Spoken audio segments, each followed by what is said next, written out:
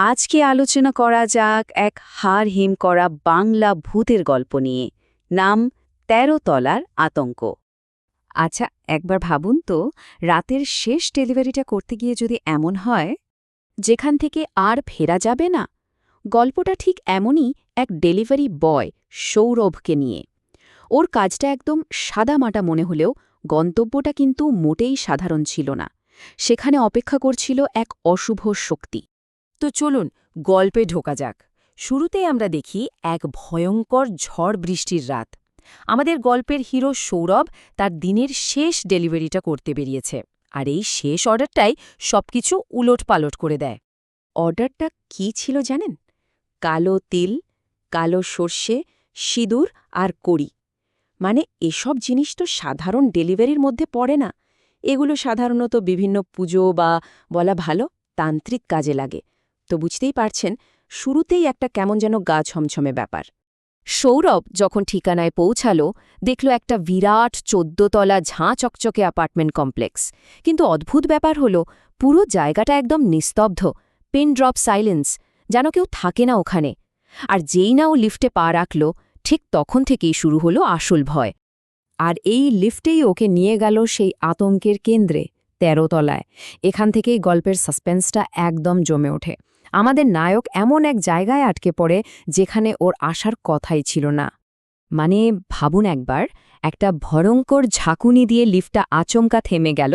সৌরভ কিন্তু ১৪ তলার বোতাম টিপেছিল, কিন্তু লিফটটা বিগড়ে গিয়ে খুলল এক্কেবারে ভুল তলায়, সেই কুখ্যাত ১৩ তলায়। লিফট থেকে বেরোতেই দেখল করিডোরটা নিকষ কালো, কিচ্ছু দেখা যাচ্ছে না। ফোনটা বের করে দেখে নেটওয়ার্ক নেই। চারপাশটা যেন একটা মৃত পুরী। একটা অজানা ভয় আস্তে আস্তে ওকে যেন গিলে ফেলতে লাগল। আর তারপর যা ও দেখতে শুরু করল, শিউরে ওঠার মতো। প্রত্যেকটা দরজায় শুকনো কালচে দাগ, দেওয়ালে কেমন যেন লেপ্টে থাকা কালো হাতের ছাপ। তার উপর সিঁড়ির দিক থেকে ভেসে আসছে কান্নার আওয়াজ। আর হঠাৎই ঘাড় বাঁকানো একটা লম্বা ছায়ামূর্তি। মানে একটার পর একটা ধাক্কা। গল্পটা যেভাবে এই ডিটেলসগুলো দিয়ে ভয় তৈরি করে, সেটা সত্যি অসাধারণ। তো সৌরভ কোনো মতে সেই ভুতুড়ে ১৩ তলা থেকে পালিয়ে বাঁচল। কিন্তু ও কি জানত যে সামনে এর থেকেও বড় বিপদ অপেক্ষা করছে? এবার ও পড়ল এক মানুষের পাতা ফাঁদে। আসলে ভূতের ভয়ের চেয়েও মানুষের চক্রান্ত যে কতগুণ বেশি ভয়ঙ্কর হতে পারে, সেটাই এবারও টের পাবে। যাই হোক, ও শেষমেশ ১৪ তলায় পৌঁছাল। দেখা হলো সেই খরিদ্দার পুলক সেনগুপ্তর সঙ্গে। লোকটার হাবভাব শুরু থেকেই কেমন যেন অদ্ভুত ছিল। সৌরভ নিজের নাম বলতেই পুলক সেনগুপ্ত ওকে নিজের ফোনে একটা ছবি দেখালো, আর সেই ছবিটা দেখেই সৌরভের পায়ের তলার মাটি সরে গেল। কেন? কারণ লোকটার ফোনে ছিল সৌরভের নিখোঁজ ভাইয়ের ছবি। ভাবা যায়, এটাই গল্পের প্রথম বড় টুইস্ট। বিপদটা শুধু ভূতের রইল না, হয়ে গেল অনেক বেশি পার্সোনাল, অনেক বেশি পরিকল্পিত। এটা এখন আর শুধু ভয়ের গল্প নয়, এটা একটা গভীর ষড়যন্ত্রের গল্প। এরপরই ফাঁদটা পাতা হল। পুলক সেনগুপ্ত বৃষ্টি থামার নাম করে সৌরভকে ফ্ল্যাটের ভেতরে ডাকল। ভেতরে ঢুকে সৌরভ দেখে একজন ওঝা বসে কিছু তান্ত্রিক ক্রিয়াকলাপ করছে।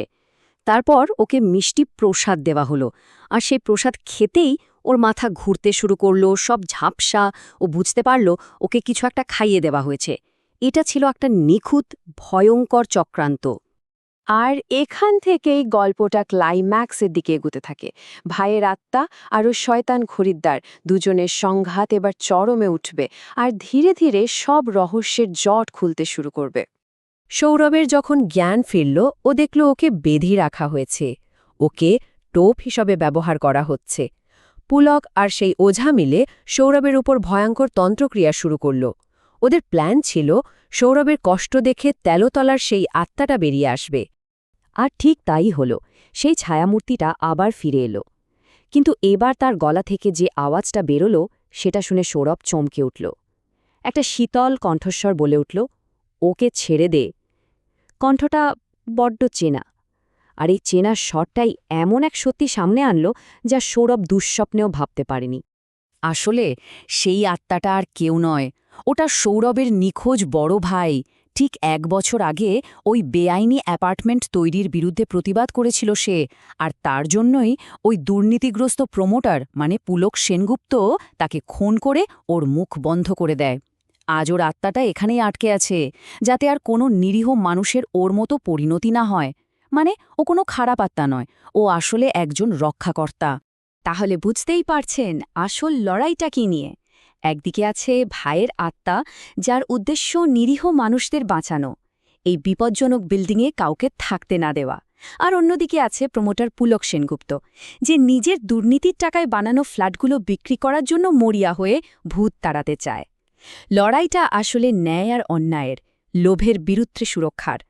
আর এই লড়াইটা ক্লাইম্যাক্সে পৌঁছায় যখন ভাইয়ের আত্মাটা নিজের পুরো শক্তি দিয়ে ঝাঁপিয়ে পড়ে, তবে প্রতিশোধের জন্য নয়, নিজের ছোট ভাই সৌরভকে বাঁচানোর জন্য। এক মুহূর্তের মধ্যে আত্মাটা সৌরভের বাঁধন খুলে দেয়, আর তারপর পুলক সেনগুপ্ত আর সেই ওঝা চোখের পলকে তারা যেন হাওয়ায় মিলিয়ে গেল, কোনো চিহ্ন পর্যন্ত রইল না। এরপরই পুরো বিল্ডিংটা কাঁপতে শুরু করে, ভেঙে পড়তে থাকে। যাওয়ার আগে ভাইয়ের আত্মা সৌরভকে শেষবারের মতো বলে যায়, মা বাবার খেয়াল রাখিস, আমি সবসময় তোকে রক্ষা করব। কি মর্মস্পর্শী একটা মুহূর্ত, তাই না? গল্পটার শেষটা কিন্তু ভয়ের নয়। সৌরভ কোনো ক্রমে সেখান থেকে পালিয়ে এসে যখন বাড়িতে সব কথা খুলে বলে, ওর বাবা কাঁদতে কাঁদতে গর্বের সঙ্গে বলেন তার বড় ছেলে হিরো ছিল, বেঁচে থাকতেও সে মানুষের জন্য ভাবত, আর মরে গিয়েও সেই কাজটাই করে গেল।